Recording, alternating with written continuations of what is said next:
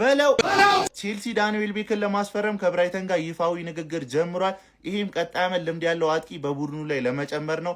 በኮንትራቱ ላይ የ1 ዓመት ውል ብቻ ነው የቀረውና ኦልሞስት በነፃ በሚባል ዋጋ እሱ ማግኘት እንችላለን። ግን ትንሽ አጠራጣሪ የሚሆነው የእድሜው ጉዳይ ነው። ልምዱ እንዳለ ሆኖ 35 መሆኑ ትንሽ ችግር ይፈጥራል።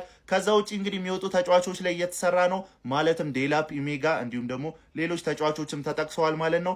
እና የቼልሲ ደጋፊዎች በዚህ ዝውውር ላይ ምን ትላላችሁ? ቼልሲ ዳኒ ዌልቤክን ለማስፈረም ፍላጎት ማሳየቱን ዴቪድ ኦርነስቲ አሁን ላይ ይዞት የወጣው መረጃ ይጠቁማል። የብራይተን ኤንድ ሆቭ አልቢዮን እንዲሁም ማንቸስተር ዩናይትድ እና አርሰናል ቤት ሲጫወት የምናውቀው የ35 ዓመት ተጫዋች ነው። ይሄ አጥቂ ስፍራ ተጫዋች ምናልባትም ለጆአዎ ፔድሮ ቤንች እንዲሆን ነው ቼልሲ ፍላጎት ማሳየቱን ዴቪድ ኦርነስቲ ዘግቦታል። ቼልሲ ደጋፊዎች በዚህ ጉዳይ ላይ ሀሳባችሁን ስጡ።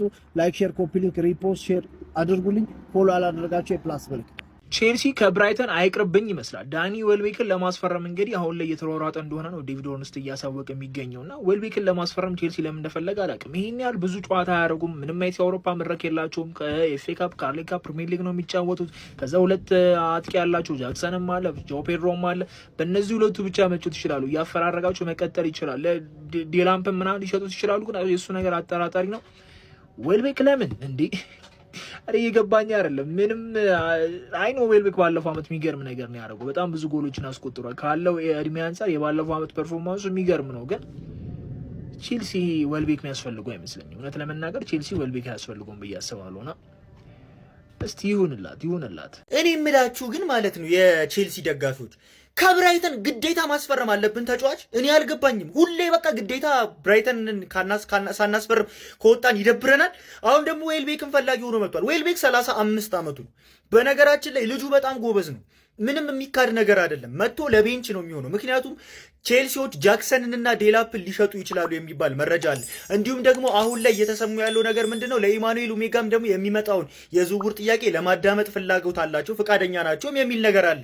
ስለዚህ ይሄ ልጅ ጥሩ ባካፕ ይሆነናል፣ ለጃኦ ፔድሮ ጥሩ ቤንች ይሆነናል። ነገር ግን ግዴታ ከብራይተን ማስፈረም አለብን ወይ?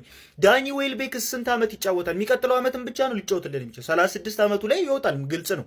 የእንግሊዝ ፕሪሚየር ሊግ በሃይ ኢንቴንሲቲ የምትጫወትበት ሊግ ነው። ስለዚህ ከባድ እንደሚሆንበት ተስፋ እናደርጋለን። ነገር ግን ለቤንች በጣም ምርጥ ነው። በተለይ ዘንድሮ ጃኦ ፔድሮ ሙሉ ሲዝኑን ላይ ይጫወትልን ይችላል። ሰው ነው ምን እንደሚያጋጥመው አናውቅምና ጥሩ ባካፕ የሚሆን ይመስለኛል። ነገር ግን አንዳቸው መሸጥ የለባቸውም። ወይ ዴላፕ ወይ ጃክሰን ወይ ኢሜጋ መሸጥ የለባቸውም። ከዛ ግን ዌልቤክን ቢጨምሩት ጥሩ ነው ብዬ አስባለሁ። በተያያዘ ዜና ደግሞ የሮሜሮን ፈላጊ ሆኗል የሚሉ አንዳንድ መረጃዎች አሉ። ተጨማሪ ሴንተር ባክ ሊጨምር። እንዴት ታዩታላችሁ? ፎሎ ማድረግ እንዳይረሳ።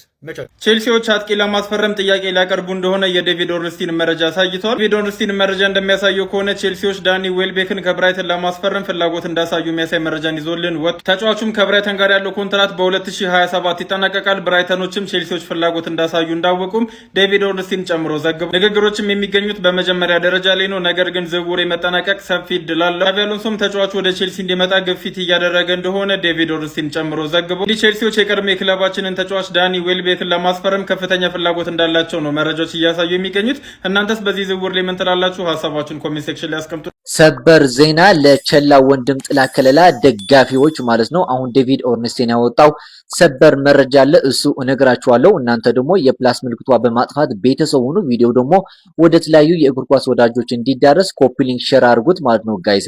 አሁን ባወጣው መረጃ ዴቪድ ኦርንስቲን ማለት ነው ቼልሲዎች ለ35 ዓመቱ አጥቂ ዳኒ ዌልቤክ ማለት ነው ከብራይተን ለማስፈረም እንቅስቃሴ ጀምረዋል ይለናል። እስቲ የቸላው ደጋፊዎች ይህንን ዝውውር ከተሳካ እንዴት ታዩታላችሁ? ሐሳብ አስተያየታችሁ ኮሜንት ሴክሽን ላይ አስቀምጡልኝ ጋይስ።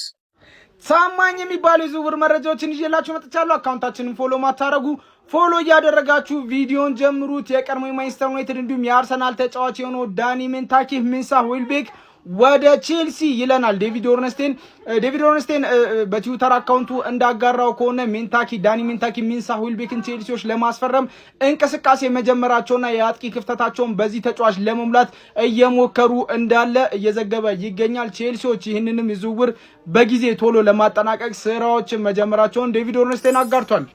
ሌላ በስፋት እየተነገረ ያለ የዝውውር ዜና ብሩኖ ሚጌል ፈርናንዴስ ወደ አልናስር የሚለው ዜና ነው። አልናስሮች ብሩኖ ፈርናንዴስን ከማንቸስተር ዩናይትድ ለማስፈረም የተለያዩ እንቅስቃሴዎችን መጀመራቸው እየተነገረ ይገኛል። በተለይ ደግሞ ማንቸስተር ዩናይትድ ቤት ውስጥ የኮንትራት ድርድር እያደረገ የሚገኘው ብሩኖ ፈርናንዴስ እሱ በሚፈልገው መንገድ ድርድሩ እየሄደለት እንዳልሆነና አብዛኛው ነገር እንደተንጓተተ ይታወቃል። ይህንንም በመጠቀም አልናስሮች የዝውውር ጥያቄ ለማቅረብ ዝግጅታቸውን እንደጨረሱ እየተነገረ ይገኛል። ማንቸስተር ዩናይትድ ቤት ውስጥ የአንድ ዓመት ኮንትራት ነው የቀረው። ስለዚህ ይህን ኮንትራት እሱ በሚፈልገው መንገድ ሄዶ ማራዝም ከሆነ ቀጣይ ዓመት ማንቸስተር ዩናይትድ ቤት ውስጥ በነፃ ሊለቅ የሚችል ተጫዋች ነው። ይህንንም በመጠቀም አልናስሮች ለተጫዋቹ ዳጎስ ያለ የደሞዝ ክፍያና ለማንቸስተር ዩናይትድም የዝውውር ሂሳብ ለማቅረብ ዝግጅታቸውን እንደጨረሱ የተለያዩ ሚዲያዎች እየዘገቡ ይገኛሉ።